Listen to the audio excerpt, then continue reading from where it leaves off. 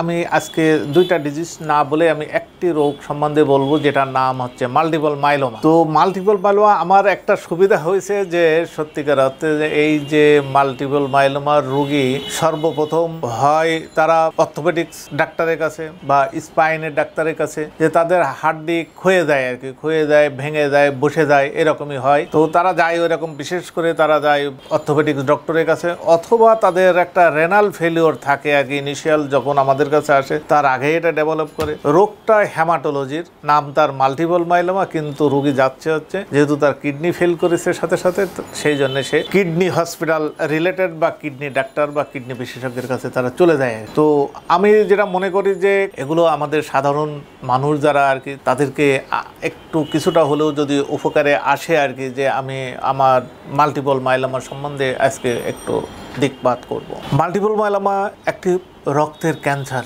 এই ক্যান্সারে প্রাথমিকভাবে খুবই শনাক্ত করা খুব টাফ, এবং এটা খুব স্লোলি গ্রোয়িং ডিজিজ আর ধীরে ধীরে ধীরে ধীরে আগাতে থাকে। অনেক সময় দেখা যায় যে শরীরের ভিতরে 15 থেকে 10 থেকে 15 বছর পর্যন্ত ভিতরে ভিতরে আগাতে থাকে। কিন্তু এর মজার ব্যাপার হচ্ছে যে এই ক্যান্সার স্লোলি যেমন গ্রোয়িং করে এবং হঠাৎ করে অন্য অন্য ক্যান্সারের মতো সবাইকে একদম যে মেরেও ফেলেও তাও না, কিন্তু যাইতে চাইতে সে এখানে দেখা যায় যে কিডনি ফেইলিওরের দিকে যায় তারা বেশি।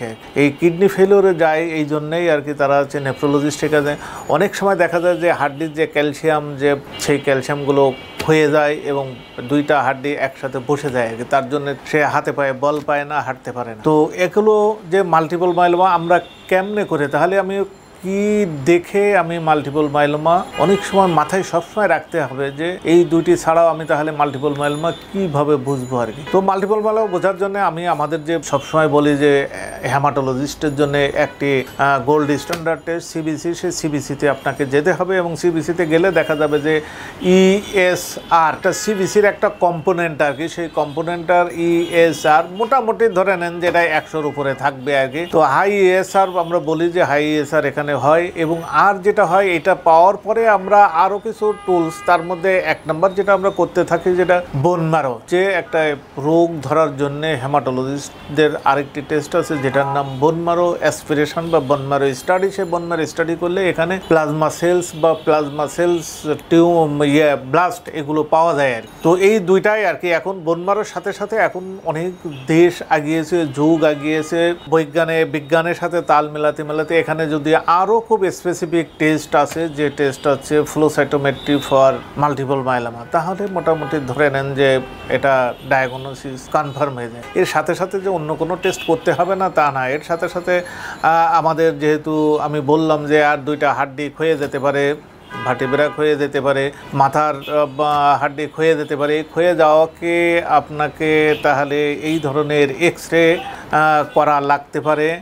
এবং এর সাথে সাথে রক্তের আরও একটি টেস্ট আছে যেটার নাম প্রোটিন ইলেকট্রোফোরেসিস, সেরাম প্রোটিন ইলেকট্রোফোরেসিস। এই মোটামুটি এই 3-4টি টেস্ট করলেই আর কি আমার একটা মাল্টিপল মাইলোমা ডায়াগনোসিস হয়ে যায় আর কি। এখন মাল্টিপল মাইলোমা ডায়াগনোসিসের পরে ট্রিটমেন্টও যে আজকাল তো আমি সবসময় বলি আর কি, যে হয়তো আশাব্যঞ্জকের কথা আর কি, যে যখন একসময় আমরা যখন প্রথমে ডাক্তার হয়েছিলাম আরও 20 বছর আগে, তখন শুধুমাত্র ওরাল ওষুধ, মেলফালান এবং পেডনিসোলিন ছাড়া পাওয়া যেত না। তো এখন তো এই মাল্টিপল মাইলোমাতে যে ড্রাগগুলো আসছে, আমরা যেটা বলি যে টার্গেট থেরাপি, ইমিউন থেরাপি, এগুলো সবই এসে গেছে। এবং সেগুলোতে একটা বেনিফিট হয়েছে যে আগের যেমন আমরা কেমোথেরাপি দিতে গেলে যেমন আমরাও যেমন ভয় পেতাম এবং পেশেন্টও এরকম ভয় পেত যে কেমোথেরাপির বোধহয় ব্যথা করবে, কেমোথেরাপিতে বোধহয় বমি হবে, কেমোথেরাপিতে বোধহয় চুল পড়ে যাবে। তো এই সবগুলো থেকে এখন আমরা এই যে ইমিউনোথেরাপি বা টার্গেট থেরাপি আসার ফলে এই ধরনের ভয়ের মধ্যে নাই। এবং আমি একদম একটা মাল্টিপল মাইলোমা যখন ডায়াগনোসিস হয়ে যায়, তখন দেখা যায় যে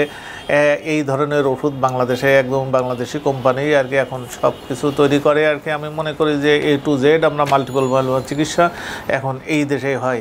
তো আমি এটাই বললাম, আপনাদের ইনফরমেশন দিতে চেয়েছিলাম যে একটি হেমাটোলজি রোগ কিন্তু সর্বপ্রথম তারা কিন্তু যায় কে হয় কিডনি ডাক্তারের কাছে, অথবা তারা কোনো অর্থোপেডিক্স ডাক্তারের কাছে আর কি। তো সেখানে যাওয়াটাও যে মানে কোনো খারাপ কিছু আমি সেটা বলছি না আর কি। তো অনেকের এটা মাথায় রাখতে হবে যে কিডনি হঠাৎ করে যদি কারো কিডনি ফেল করে, তো তাহলে অন্তত হেমাটোলজি রোগ আছে কিনা সেটা অন্তত এক্সক্লুড করা উচিত।